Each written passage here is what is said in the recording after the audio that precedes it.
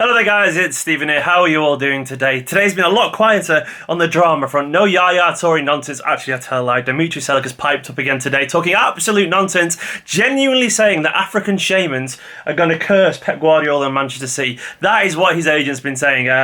If that doesn't tell you enough about that double act, then I don't know what will. I just want to elaborate slightly on my video from yesterday. I'm sorry that the video's handheld. I couldn't be arsed setting up my tripod over there.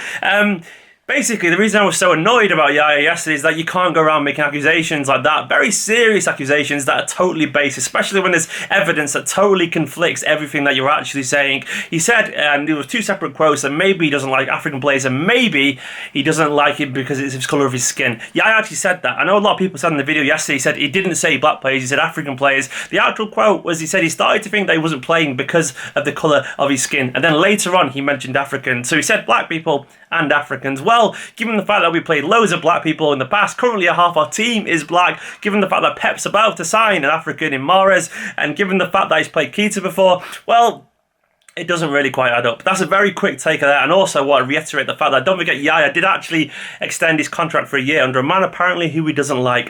There's a lot of hypocrisy there and a lot of very baseless accusations. If there's more to this and if there's something to come from this, fair play. If Yaya can actually prove some cases of racism other than I didn't get played, therefore my legacy was ruined, which to me sounds like the very small rantings of a child, then I'll give him some time of day. But for me, it just seems like an attack. And Dimitri Seluk's comments today just back that up further. I don't know about you. Isn't just saying that African shamans are going to curse him also a little bit, a little bit off? To me, that sounds worse than what Guardiola's been accused of, but, that's just my thing. Anyway, let's go on to the reason you're actually here in the transfer target. There's been some news today on Mahrez and the Jorginho deal. I know it's ticking over very, very slowly, but Jorginho's agent, and thanks again for City Watch for summarising it very neatly for me. Apparently, Jorginho's agent is in England and has already agreement with City. Napoli will have new talks in the next hours with City's current offer, 48 million euros plus 2 million in add-ons, and Napoli wanting more. City expected to raise their offer to 50 million euros with no bonuses. There's also the rumour Ancelotti rates Zinchenko and he could be brought in as part of the deal. Now, I would like that, and I think that would make sense for all parties involved. Zinchenko is a very good player, but his chances are going to be extremely limited next season. And he's the kind of young player that could go to Italy and slowly build a career for himself. One of those little kind of cheap signings, the ones that Napoli and teams like that tend to thrive off, and eventually build a career for themselves there. It could be a very good deal for them, and he could prosper out there. And I think we all know that Jorginho wants to be here. Napoli have accepted that a long time ago. It's just a bit of gamesmanship now. I do think this will happen. I think there'll be positive talks in the next 3 or 4 days. That's just a guess, and I think he'll be a City player, and I think all parties will be involved in this and be very happy.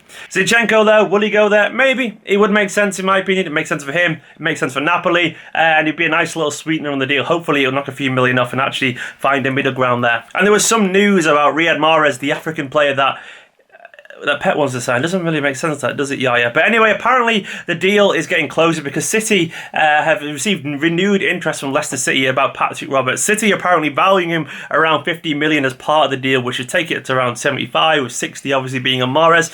To me, once again, this makes a lot of sense if we're being honest. To get a player that having 15 million in today's market is a very, very favourable valuation.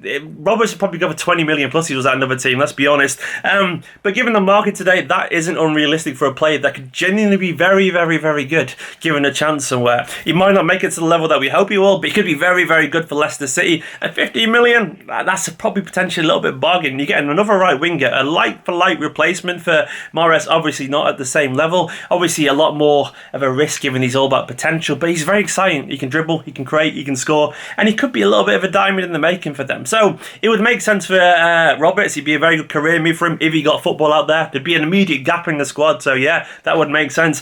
And Mahrez obviously wants to be a Man City player. Leicester seem to be resigned to him going.